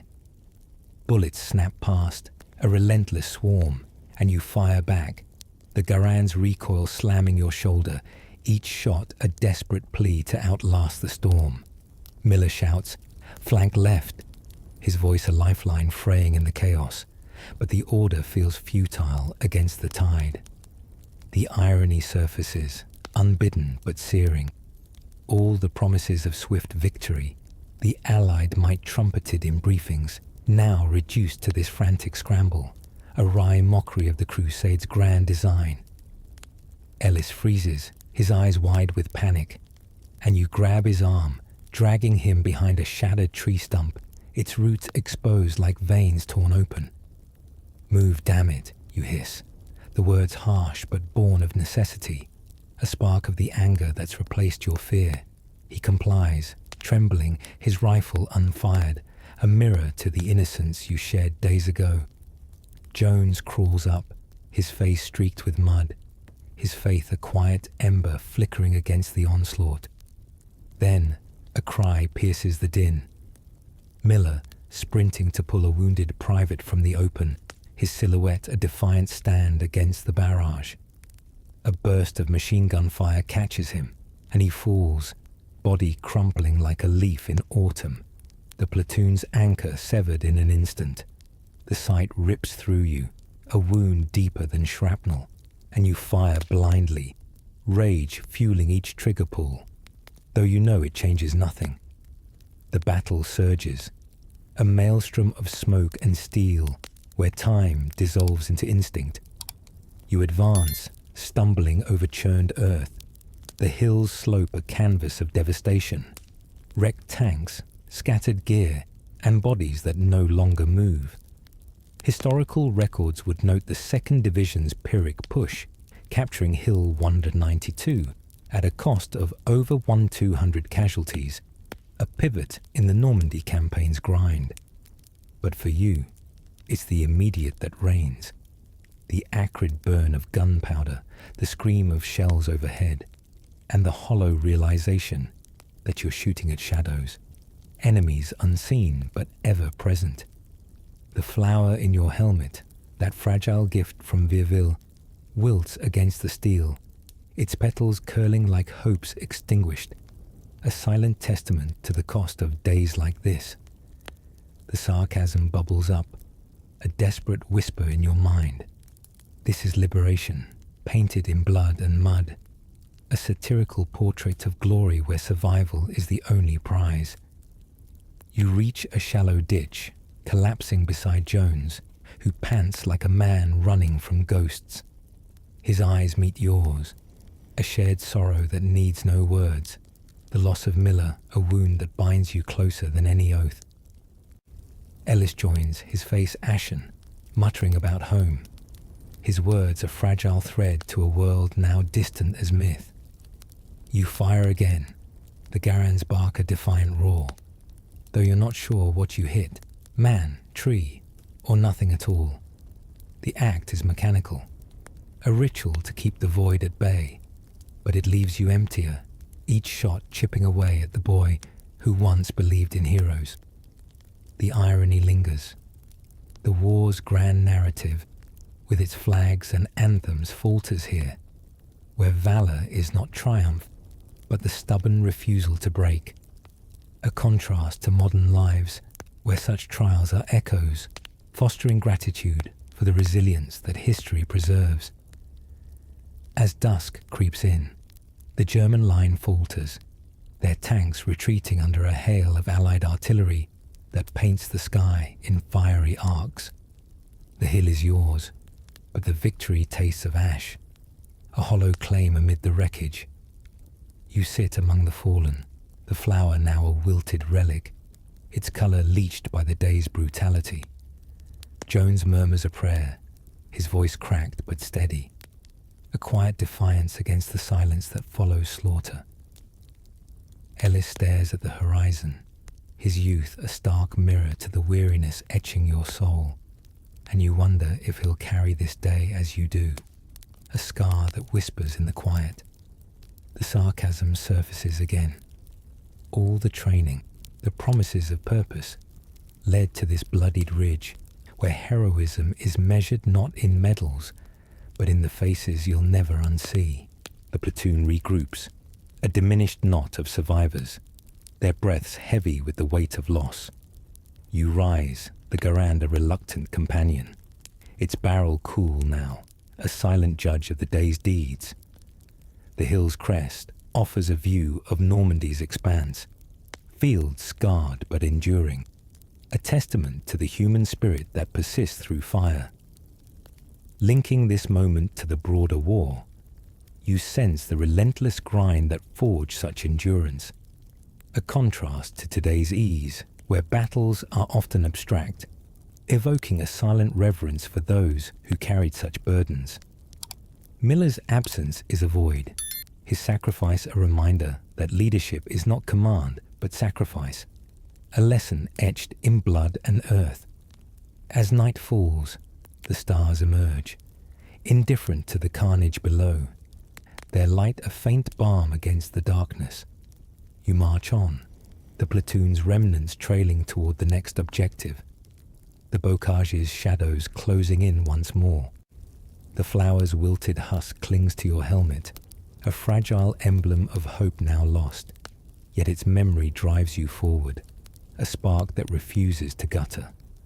The war's weight presses heavier, but you endure, a testament to the resilience that binds you to those who face such trials, a legacy that invites gratitude for the present's relative calm. The bocage's suffocating grip loosens as you trudge toward a makeshift camp, a patchwork of tents and craters carved into Normandy's wounded earth. It's mid-July 1944, and the war's relentless churn has spit you out, battered but breathing, into a rare pause behind the lines. The air carries the faint bite of smoke and antiseptic, a stark shift from the cordite and blood of Hill 192 slaughter.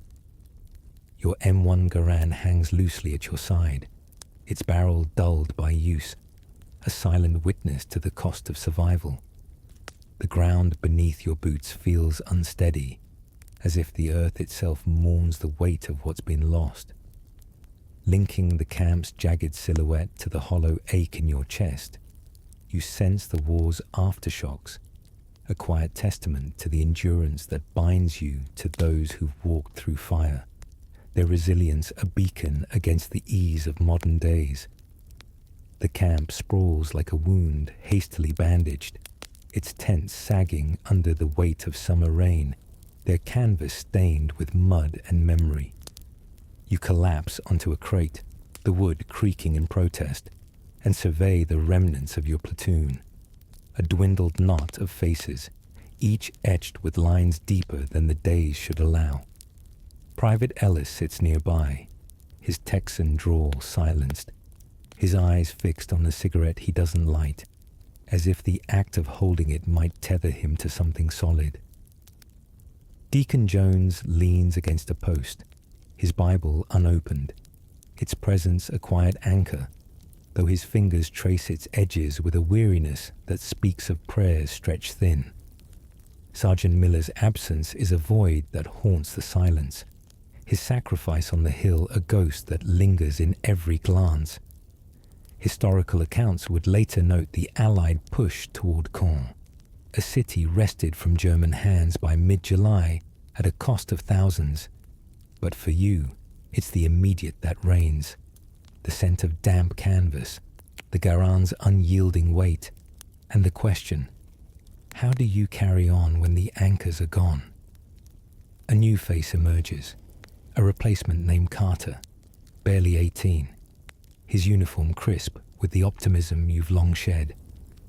He fumbles with his gear, his questions about the front met with shrugs and silence, a collective refusal to revisit the crucible.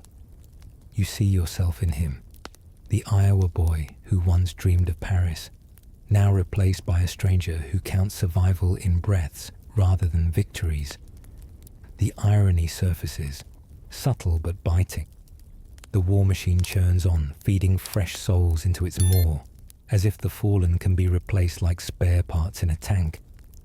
You offer Carter a nod, a gesture of kinship, though your thoughts mock the futility. New boots for old battles. A wry commentary on the Crusade's relentless hunger. Linking this moment to the broader war, you reflect on the resilience demanded of those who face such cycles. A contrast to today's world, where loss is often abstract, fostering gratitude for the fortitude etched in history's margins. The camp hums with subdued activity. Medics tending wounds, cooks stirring vats of stew that smell of desperation more than nourishment. You accept a tin plate, the contents lukewarm and grey, a far cry from Virville's bread, but enough to dull the hunger gnawing at your core. The act of eating feels mechanical, a ritual to keep the body tethered to the soul, though each bite stirs memories of faces now gone. Kowalski's quips, Miller's steady gaze. Jones breaks the silence, his voice soft but clear. We're still here. That's something.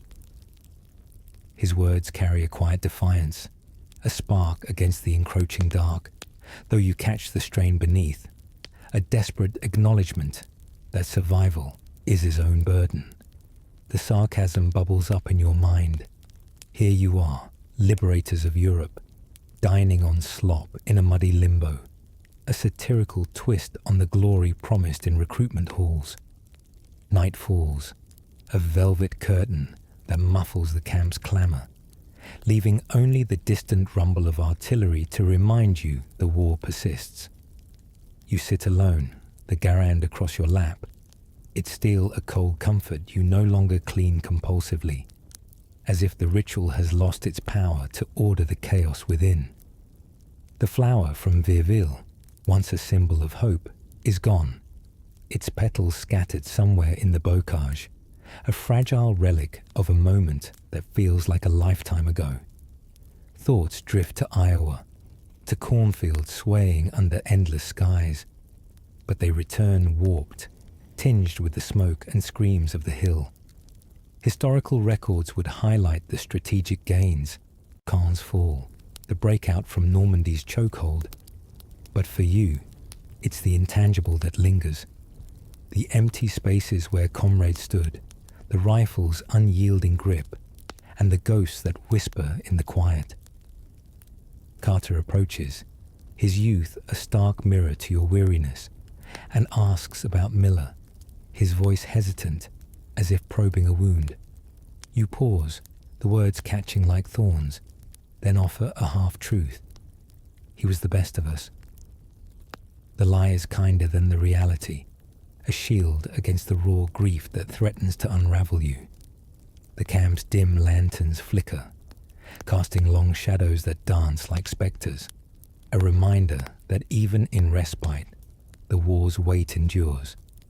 Linking this moment to history's arc, you sense the resilience that sustained those who face such trials, a contrast to modern comforts that dull such edges, evoking gratitude for the strength that persists through time. As you settle onto a cot, the canvas creaking like old bones, sleep remains elusive, chased away by visions of the hill, Miller's fall, the earth's tremble under shellfire.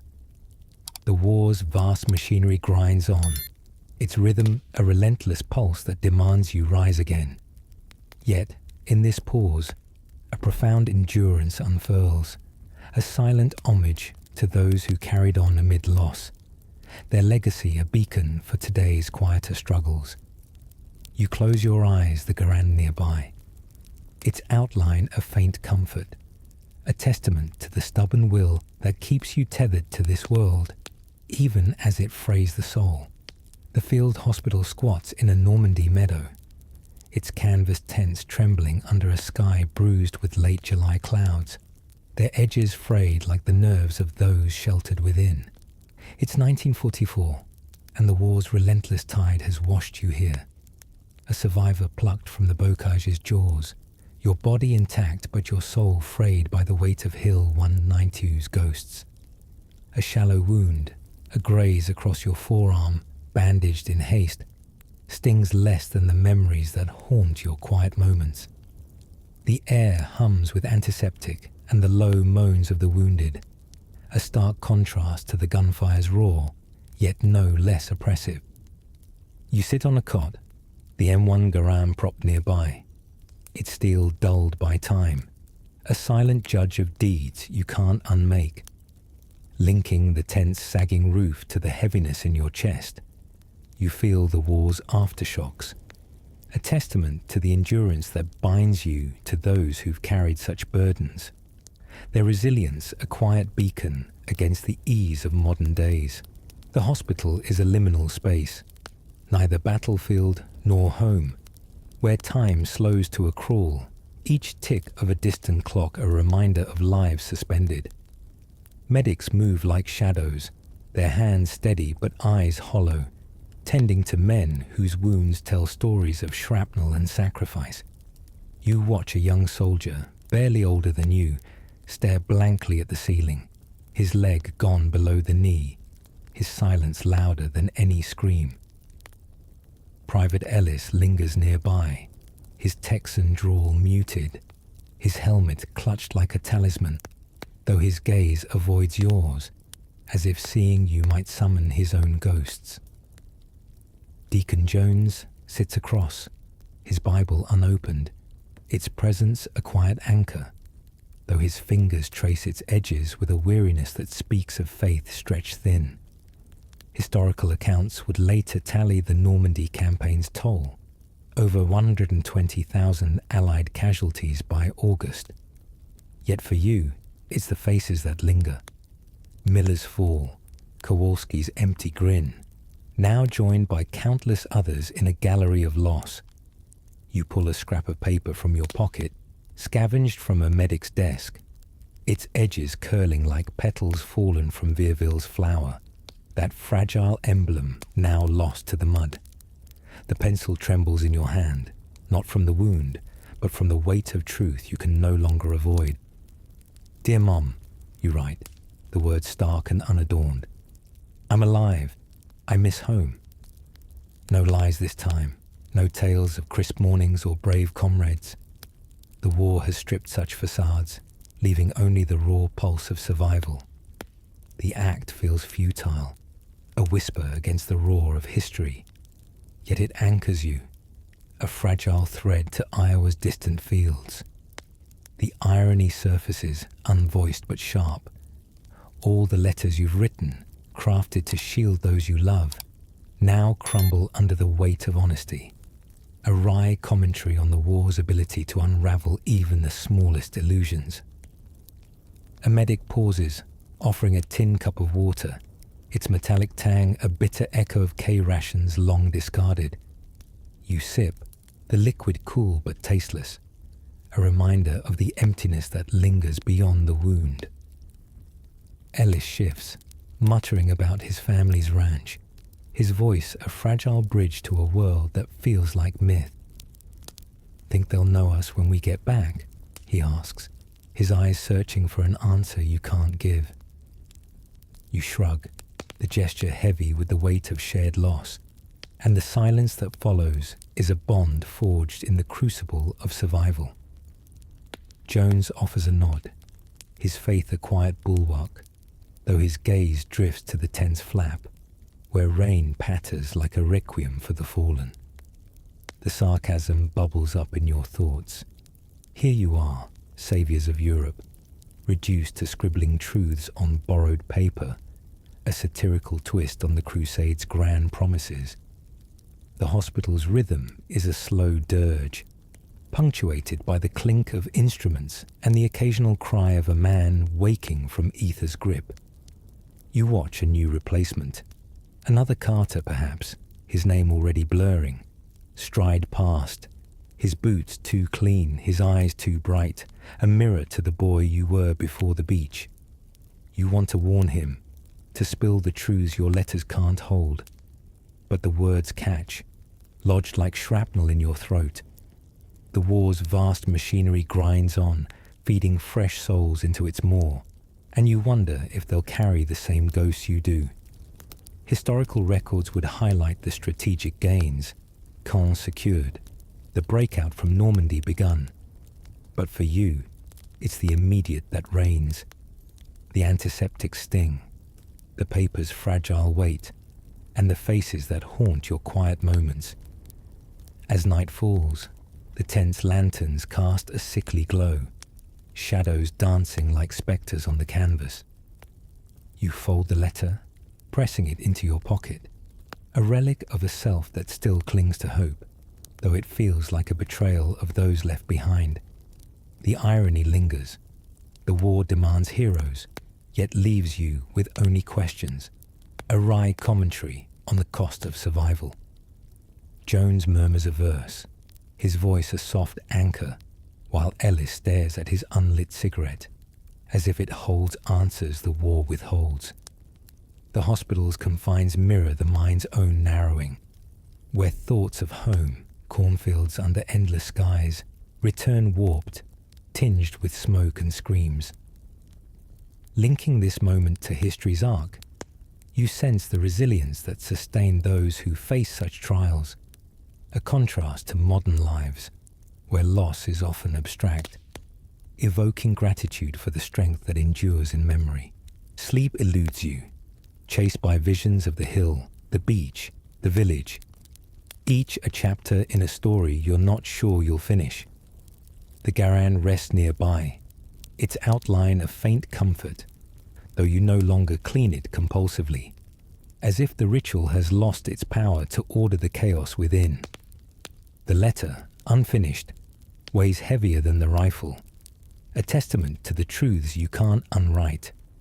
The sarcasm surfaces, subtle and unvoiced. All the training, the promises of purpose, led to this sterile limbo, where victory is measured not in ground gained, but in breaths taken. You close your eyes, the tense hum a faint lullaby, and wonder if home will recognize the stranger you've become. A quiet homage to those who carried such burdens through history's crucible. The Normandy dusk unfurls like a tattered banner, its amber glow seeping across a field pocked with the scars of July's battles. You sit atop an empty ammo crate, its splintered wood digging into your thighs, a mute witness to the war's relentless churn. It's late July 1944, and the front has shifted, leaving you in a quiet pocket where the air smells of earth and fading smoke. A fragile reprieve from the bocage's chokehold. Your M1 Garand rests beside you, its steel dulled by time. No longer a compulsion to clean, but a relic of choices made in fire. The wilted husk of Virville's flower lies discarded nearby, its petals scattered like hopes ground into dust. Linking the field's stillness to the weight in your chest, you feel the war's echoes, a testament to the endurance that binds you to those who walk through such crucible. Their resilience a quiet beacon against the ease of modern days. The horizon stretches, a canvas of gold and shadow, where hedgerows stand like sentinels guarding memories too heavy to carry. You're alone now, the platoon's remnants scattered, some to other units, others to graves unmarked but unforgotten. Private Ellis is gone, sent to another sector, his Texan drawl a faint echo in your mind. Deacon Jones lingers somewhere, his Bible a silent anchor, though you haven't seen him since the hospital's sterile haze. The absence of Miller and Kowalski cuts deepest, their faces etched in the twilight, a gallery of ghosts that trail your steps. Historical accounts would later frame this moment as the Normandy campaign's turning point. With the fall of Caen and the breakout by August, marking a path to Paris. Yet for you, it's the immediate that reigns. The crate's rough grain, the breeze's cool touch, and the question, why you of all remain. You trace the bandage on your forearm, the graze healed but tender, a faint scar among the deeper wounds within. The war has reshaped you, carving away the Iowa boy who dreamed of adventure, leaving a stranger who counts survival in breaths rather than triumphs. The irony surfaces, unvoiced but sharp. The Crusade's grand narrative, with its banners of liberation, ends not in parades, but in this quiet field, where victory is measured in the silence of guns gone still. You think of home, cornfields swaying under endless skies, but the image warps, tinged with smoke and screams, a wry commentary on how war rewrites even memory's safest corners. Linking this solitude to history's arc, you sense the resilience that sustained those who face such trials, a contrast to today's world, where battles are often abstract, fostering gratitude for the fortitude etched in time's margins. A distant hum breaks the stillness, a jeep ferrying fresh replacements to the front, their faces bright with the innocence you shed. You watch them pass, their boots too clean, their laughter too loud, and feel a pang of envy for the selves they haven't lost. You want to call out, to warn them of the ghosts that await, but the words dissolve, caught in the throat like ash. The sarcasm lingers. The war machine churns on, feeding new souls into its maw, as if the fallen can be replaced like bullets in a clip. Yet, in their unscarred faces, you see a flicker of hope, a reminder that life persists, even in ruin, a quiet homage to those who carried on amid loss, their legacy a bridge to the present's relative calm. You rise, the crate creaking in farewell, and shoulder your pack, the Garand a familiar weight, though its rituals no longer hold sway. The field stretches before you, its grasses whispering of battles past and futures uncertain. You're no hero, just a survivor, a truth that sits heavier than any medal. The war's vast machinery grinds on, but here, in this fleeting pause, you feel a loosening, a release from the crucible's grip. For you, it's the tangible that endures, the field's fading light, the Garand's silent weight, and the ghosts that walk with you, a sorrow that honors the fallen and defies the void. Let it fade now. The war recedes, a distant hum, and you turn toward home, carrying the faces you'll never unsee, a quiet gratitude for the present's calm, where such trials are echoes, not realities. As Normandy's fields fade into twilight's embrace, you've walked through fire, carried ghosts, and found resilience in the quiet. Let the war's echoes soften now, your body sinking into the cot's gentle hold. Breathe slow, let muscles unravel, and drift toward sleep's tender shores. If your eyes linger open, share your thoughts below. What stirred you tonight? Tomorrow, another tale awaits, whispering through the dark. For now, let it fade. Close your eyes. Rest.